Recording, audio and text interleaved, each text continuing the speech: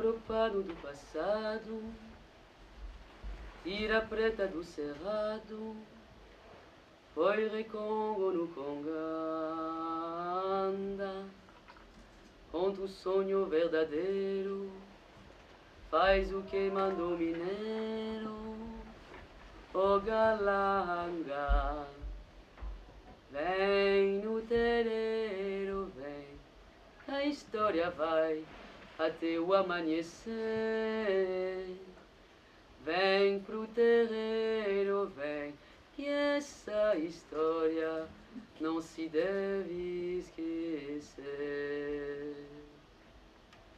Voilà comment Galanga, qui était roi dans son pays au bord du fleuve Congo, est devenu Chico l'esclave en terre du Brésil. Quand vous servirez vos maîtres, ne les servez point comme celui qui sert les hommes, mais servez-le comme celui qui sert Dieu. Un mot de toi, Chico, un seul geste de toi, et on les tue tous, on gagne les forêts, et on se crée un nouveau monde libre. Anda, negro, anda. Nos ancêtres nous ont appris l'importance du village, de la tribu. Nos traditions nous enseignent ça. Honoré, honoré, ilala, et mamajo, oshagian, et mamajo, oshagian, et mamajo, oshagian, honoré. Don Manuel Silveira da Cunha portait la redingote coupée à l'anglaise. Don Manuel était un homme petit, il avait le teint mat et il portait la moustache droite. Don Manuel était riche propriétaire de mines à Villarrica, une ville subitement sortie de terre avec la folie de l'or. Une grande ville blanche accrochée à la colline, avec des ruelles pavées de pierre et des églises un peu partout construites par les riches propriétaires pour remercier Dieu de ses largesses. Quand Don Manuel est arrivé au marché aux esclaves, il a eu l'œil immédiatement attiré par le dos droit et musclé de Chico. Il a demandé son prix. Oui, il vaut cher. On dit qu'il est roi dans son pays. Je le vends 350 000 reis. 350 000 reis, et c'était le prix de 3 pistolets argentés ou de 7 chevaux. C'était pas donné, mais pour un esclave de cette qualité. Bien, je le prends. Et puis tu me mettras aussi ces deux-ci et ces deux-là. Parmi les achats de Don Manuel, il y avait Pedro, un jeune homme, vif, vigoureux, toujours fier, qui s'attirait tous les coups. Puis Don Manuel s'est approché d'une femme, il lui a regardé le blanc de l'œil, avec la paume de la main, il lui a caressé le sein, il l'a soupesé, des 2 doigts, il a pressé son téton, comme pour jauger son lait. Bien, je la prends aussi. Belle comme elle est, j'en connais plus d'un qui seront ravis de lui faire des enfants, et moi, ça me fera de la main-d'œuvre gratuite. Odé, odé, odé, odé, rei do keto, caboclo, namat, odé, odé. Soudain, ils ont senti le vent se lever, se faire de plus en plus fort. Ils ont vu une masse sombre tourner autour de leur tête et se poser sur le toit de la maison du roi. Ils ont eu peur. Le roi s'est retourné vers son peuple. C'est l'oiseau des Yami au Solongo. Il faut attendre l'aube pour connaître la nature du message. Les Yami au Solongo sont les premières mères du monde, des femmes ancestrales qui possèdent tout le savoir et toute la connaissance du monde. En elles, elles possèdent le bien et le mal, et elles le déversent à leur guise. Elles sont 201, et chacune d'elles possède un oiseau dans une cage. Et quand elles ont un message à transmettre, elles envoient l'oiseau. À l'aube, les hommes et les femmes ont regardé sur le toit de la maison du roi. Il y avait là un oiseau aux plumes sombres, au bec ciselé, à l'œil ténébreux.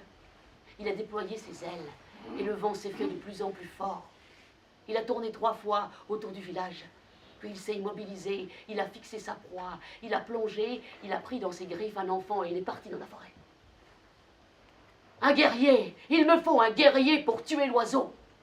Vem pro terreiro, vem, que essa história não se deve esquecer.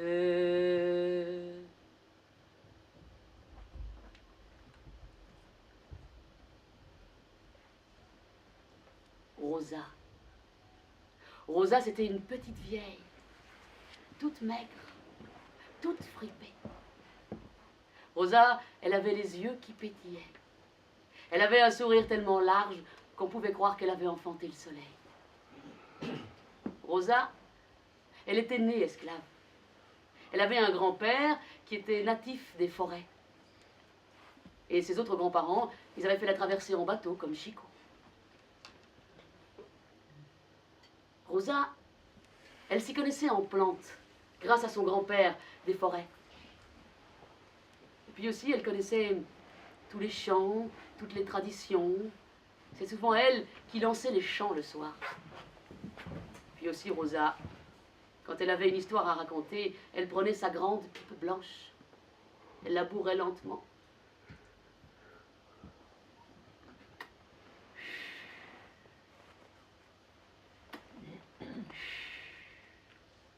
Le bateau. Vous connaissez le bateau? Mon grand-père me parlait tout le temps des bateaux. Ce sont des dauphins roses qui habitent dans la rivière douce, là, dans la grande forêt. On dit que les bateaux, ce sont des dauphins qui peuvent se transformer la nuit en guerriers, des beaux guerriers. Et la seule façon de reconnaître un bateau d'un guerrier, c'est de regarder là, sur la tête, s'ils n'ont pas des petits ailerons argentés. Et si on les découvre, les ailerons argentés, eh bien, ils ne peuvent plus se transformer. Ils sont obligés de rester dans l'eau. Eh bien, une fois, il y avait un bateau qui avait vu une jeune fille qui venait tout le temps à la rivière. Alors le soir, il s'est transformé avec ses petits ailerons sur la tête. Mais pour pas qu'on le reconnaisse, il avait mis des grandes plumes colorées là tout autour de son visage. Et elle, la jeune fille, elle l'a trouvé. Elle l'a ramené chez elle. Et lui, il revenait toutes les nuits. Sauf que il gardait tout le temps sur la tête ses plumes colorées. Alors elle, ça a commencé un petit peu à l'énerver. Alors elle lui demandait tout le temps, mais elle lui posait des questions. Elle lui disait, mais arrête de me poser des questions. Moi, je sais qui je suis. Et si tu m'aimes, ne me pose plus de questions, fais-moi confiance. Mais elle, avec toutes ses plumes sur la tête comme ça, elle n'en pouvait plus. Alors un soir qu'il dormait une nuit, elle a pris les plumes, elle les a cachées. Et lui, quand il s'est réveillé, qu'il s'en est rendu compte, il a pris peur.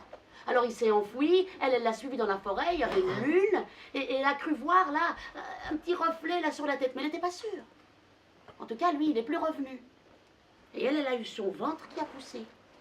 Et quand son fils est né, sur le crâne, il avait deux petits ailerons argentés. Alors elle a été à la rivière. Boto, Boto, regarde, c'est ton fils. Et là, de l'eau a jailli un grand dauphin rose qui a sauté.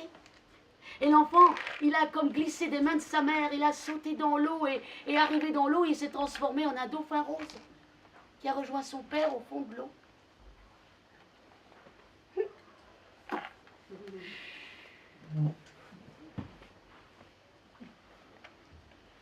Rosa, c'était l'âme de la senzala.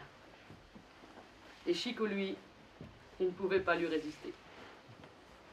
À chaque fois qu'il revenait à la senzala, il cherchait Rosa, il allait s'asseoir, parler avec elle. Tu vois, Chico, tu vois, moi, ma biquette, c'est ce que j'ai de plus précieux. Elle est belle, hein, ma biquette. Hein? Tu sais, moi, je l'observe souvent. Hein? Elle est patiente. Elle est capable de regarder pousser une herbe jusqu'à ce qu'elle soit bien tendre. Et puis, tu sais, Rosa, elle observe les papillons qui vont de fleur en fleur. Et parfois, elle sautille. Alors moi, je la soupçonne d'essayer d'apprendre à voler. Et tu sais, ma biquette, elle bêle. Tu l'as déjà entendu bêler? Moi, j'ai toujours l'impression qu'elle rigole quand elle bêle. Et tu sais, et elle danse aussi. Tu l'as déjà vue danser, ma biquette? À chaque fois, Rosa, elle soulevait sa jupe blanche. Il y avait ses petits pieds flétris. Et puis elle se levait et...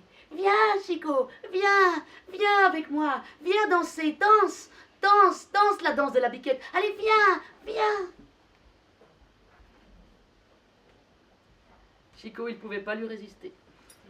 À chaque fois, il se levait et il allait danser et rire avec elle. E os escravos gritavam: Liberdade, Senhor.